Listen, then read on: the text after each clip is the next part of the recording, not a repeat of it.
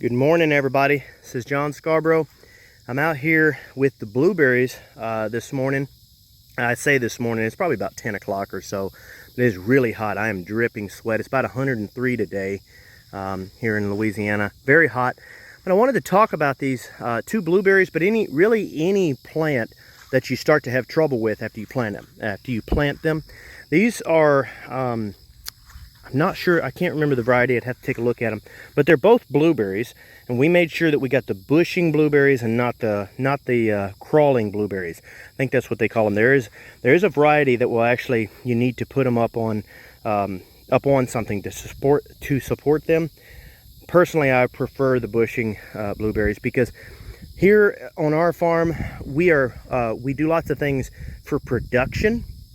But we also try to make our whole farm kind of a homesteader style, because if anything really bad happens in the world, we want to be able to fall back on our systems that we've put in place. So we want to be able to make income off of them now, but then potentially in the future, if we had to, they make good sustainable options as well.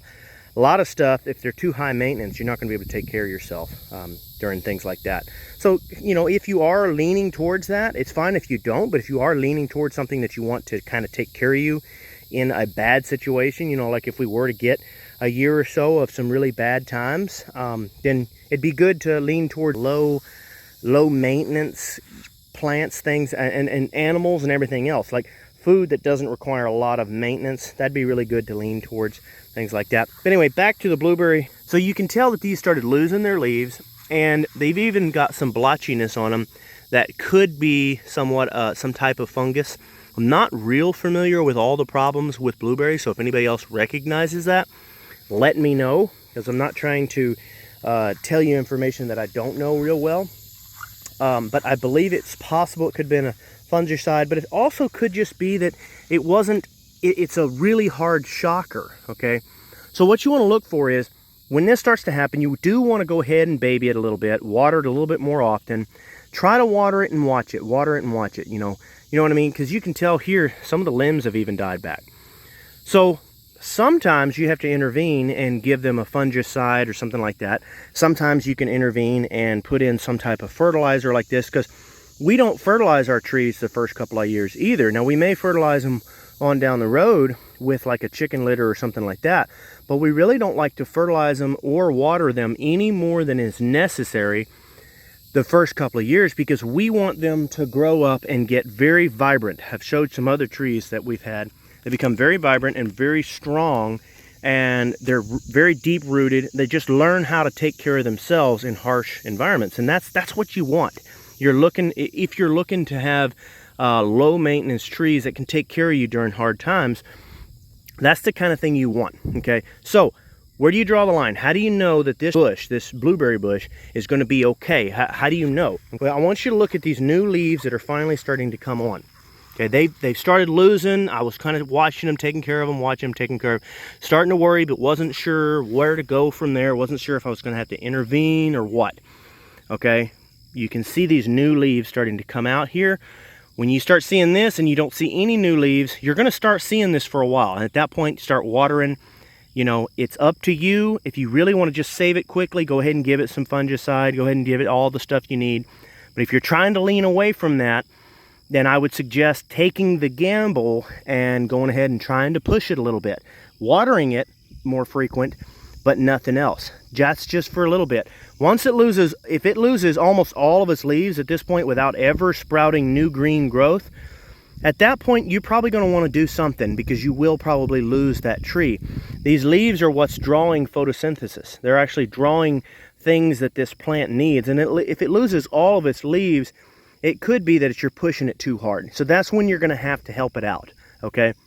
But I judge it by if it's still got any leaves left, if it's still got a handful of leaves on there, and this one right here has got a couple, you know, it's got 1, 2, 3, 4, 5, 6, 7, 8, couple, you know, it's still got a couple of decent leaves before this new growth ever popped out. So I was still just watering it. A couple more days, and I would have definitely been doing something else. I would have put a fungicide or something on there. But I'm okay, I feel confident, and you have to draw your own line here, because you could lose your tree. okay, or your bush in this case, okay. But this would be kind of the same thing that I would do no matter what I'm doing, okay. My approach is different because I'm looking for highly sustainable, low maintenance food, okay. But I can tell at this point that I am really not worried about this tree anymore, because both of them has finally burst out that new green growth and it's starting to blow it out everywhere. And what that means is that this tree, these two bushes, in the dead of summer, where we just, tomorrow is the first day of July, so we are just, I mean, we're in the dead of the hot summer and they're still pushing out green growth after they've really been hurting a lot. That tells me that this tree has tapped into its strength. It has pushed out some roots, and it is starting the beginning of recovering from its problem. So at this point, I'm going to give it some aid, but only through some extra nutrients. So I've put some ash down. I may put a little bit of chicken litter, but that's it. I don't want to give it too much. I'm just trying to help it to, it's pushing roots down. It's doing things to prepare to repair and heal itself. So all I'm doing is feeding it while it's going through that process. I'll probably do that for, you know, maybe a couple days worth. That's it.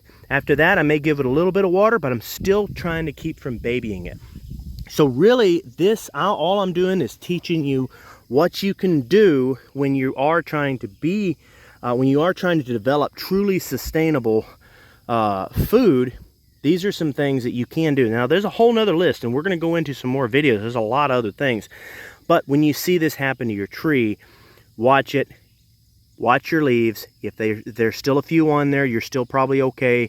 If they get to where they're almost all gone, usually what happens is they get down to about this point before they ever push out another leaf. They'll slowly crimp back and die off, and you see lots of death on the leaf. It's fighting. It's trying to recover. It's trying to get through that sickness on its own, okay? You're giving a little bit of extra water. You're babying it just a little bit, and then it's finally able to burst out and push out this new growth, and that new growth means that it has found its recovery. It's able to actually pull through. Now, once this happens and this is all the way gone, you see all these leaves come off and all of this starts to burst out and new life starts to come on, you're going to wait until you start seeing these leaves. You're going to be watching it this whole time, because it's possible that it will take back on.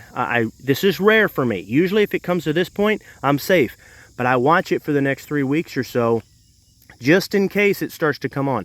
If the leaves start to curl and it starts to die back one more time, at that point, if it's the second go around, I'm going to go ahead and I'm going to start taking care of it. I'm going to put some fungicide. I'm going to do those things. I'm just going to cut my losses and go ahead and do that.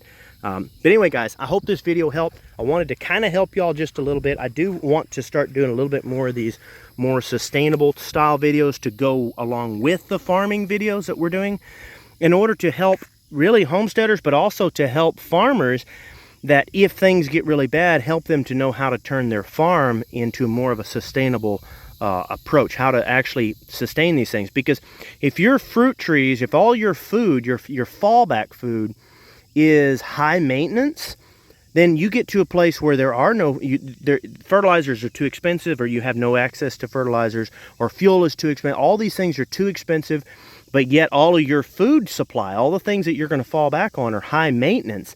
Now you've gotten to a point where you don't have any way of taking care of yourself. You felt safe, but you weren't actually safe. You want low maintenance stuff if that's your goal, if that's what your thought is you want this to be kind of an insurance thing. And I know a lot of farmers that they're not homesteaders at all, but they're farmers, but they've kind of got some fallback stuff. Things kind of like this. They've got trees, they've got some canned goods, they've got some things to help them fall back, but they're not really paying attention to how it's going to be if it gets really bad. You know, you can't fall back on a generator if fuel's too expensive. You know, you can't fall back on fruit trees and nut trees and things like that if that fruit tree has to have some type of fertility or has to be babied every single year, and now you can't afford it.